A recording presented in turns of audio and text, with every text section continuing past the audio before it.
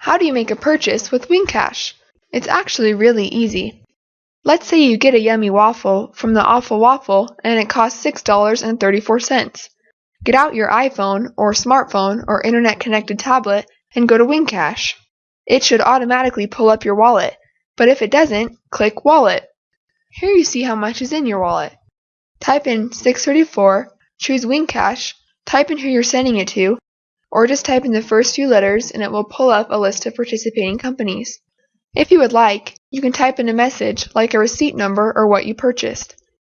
This message is privately available for both the payer and the payee to see. It is retained with the transaction.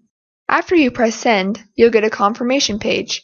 You will show the confirmation page to the cashier, who will be able to see that you sent $6.34. The cashier may record the transfer number from the confirmation page. And that's how simple it is to buy things with WingCash.